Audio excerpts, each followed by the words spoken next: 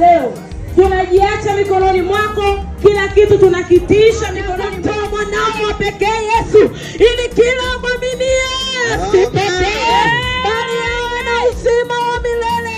Amen. Nimekuletea upendo wa Mungu leo.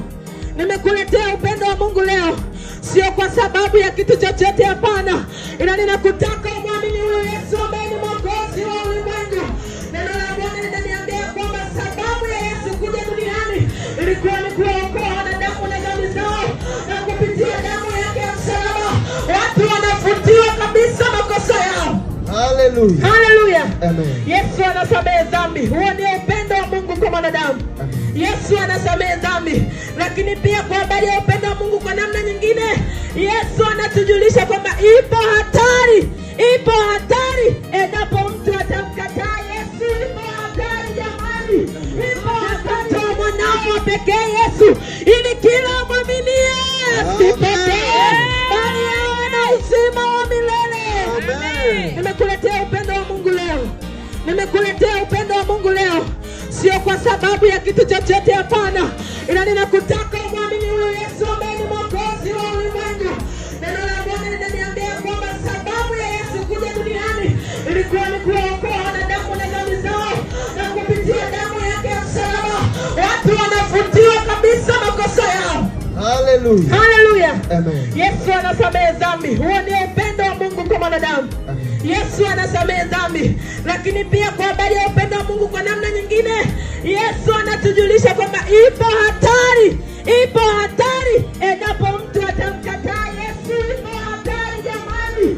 Ipo hatari kubwa. Katikati ya bustani nao wakala, lakini baada ya kula Mungu akachukizwa nao, akawatoa katika bustani ya Edeni. Lakini hapo sio mwisho wa upendo wa Mungu, maana hata walipokuwa wameshakosea kabisa, Mungu bado aliwatengenezea mavazi akawavisha. Haleluya. Amen. Haleluya. Amen. Hiyo inadhihirisha ni kwa namna gani Mungu anavyompenda mwanadamu. Kumwamini maoni mwake ya kwamba yeye ni Bwana na Mwokozi, atapata neema kwa Bwana, atapata mtoto wa Mungu,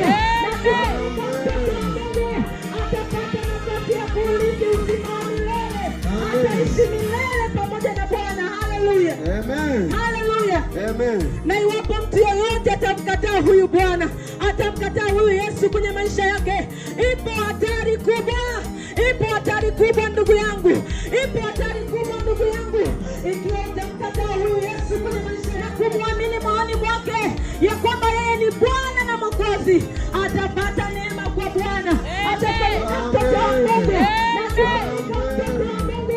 atapata nafasi ya kuurithi uzima wa milele, ataishi milele pamoja na Bwana. Haleluya. Amen. Haleluya. Amen. Na iwapo mtu yoyote atamkataa huyu Bwana, atamkataa huyu Yesu kwenye maisha yake, ipo hatari kubwa. Ipo hatari kubwa ndugu yangu. Ipo hatari kubwa ndugu yangu. Ikiwa utamkataa huyu Yesu kwenye maisha yako, lakini bado Mungu anakuita kaka, lakini bado Mungu anakuita mama, lakini bado Mungu anakuita kijana. Yeye kwa sababu anakupenda, anataka kuokoa na hatari yako mbele. Amen. Ipo hatari kubwa. Ipo hatari kubwa kwa mtu yeyote ambaye hata amekuita, lakini bado Mungu anakuita kaka, lakini bado Mungu anakuita mama, lakini bado Mungu anakuita kijana.